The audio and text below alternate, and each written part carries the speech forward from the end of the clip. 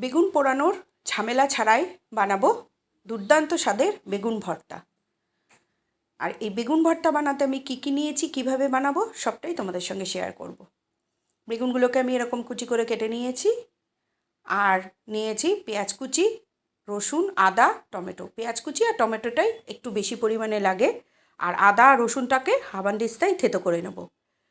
তেল গরম করে শুকনো লঙ্কা ফোড়ন দিয়ে দিয়েছি, দিয়ে পেঁয়াজ কুচিগুলো লাল করে ভেজে নেব। পেঁয়াজটা লাল করে ভাজা হলে টমেটো কুচি করে কেটে নিয়েছি সেটা দিয়ে দেবো, আর হামানদিস্তায় আদা রসুনটা থেতো করে নিয়েছি সেটা দিয়ে নুন আর হলুদ দিয়ে দেবো পরিমাণ মতো, আর দিয়ে দেবো জিরে গুঁড়ো, দিয়ে একটু নাড়াচাড়া করে নেব, আর একটু ধনে গুঁড়ো দিয়ে দেবো। দিয়ে এবার মশলাটাকে ভালো করে কষাবো। আর কটা কাঁচা লঙ্কা কুচি করে দিয়েছি, আমি এতে শুকনো লঙ্কা দিইনি, কাঁচা লঙ্কা কুচি দিয়েছি। কাঁচা লঙ্কার কুচিতে একটা সুন্দর ফ্লেভার আসে।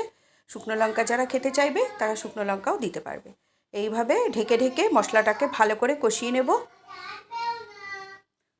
একটু জল দিয়ে দেবো, মশলাটা শুকনো হয়ে গেছে, জল দিয়ে ভালো করে কষিয়ে যখন তেল ছেড়ে দেবে তারপরে আমি বেগুন কুচি করে বেগুনগুলো দিয়ে দেবো। এই যে মশলাটা আমার কষানো হয়ে গেছে, এবার আমি বেগুন কুচিগুলো দিয়ে দেবো, দিয়ে আস্তে আস্তে নাড়াবো।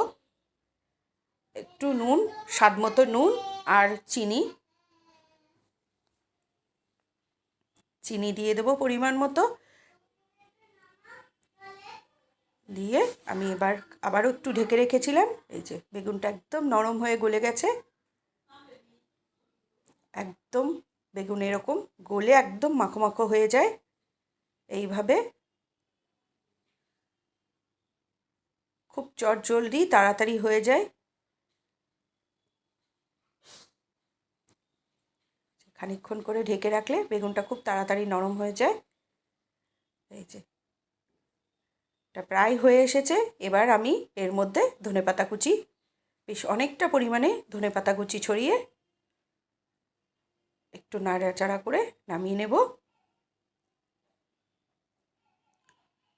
এই যে যারা ধনেপাতা খায় না তারা এর মধ্যে একটু গরম মশলার গুঁড়ো দিয়েও নামিয়ে নিতে পারো।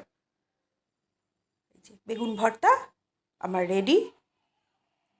আমি 2-3 মিনিট একটু ঢেকে রেখেছিলাম। এই যে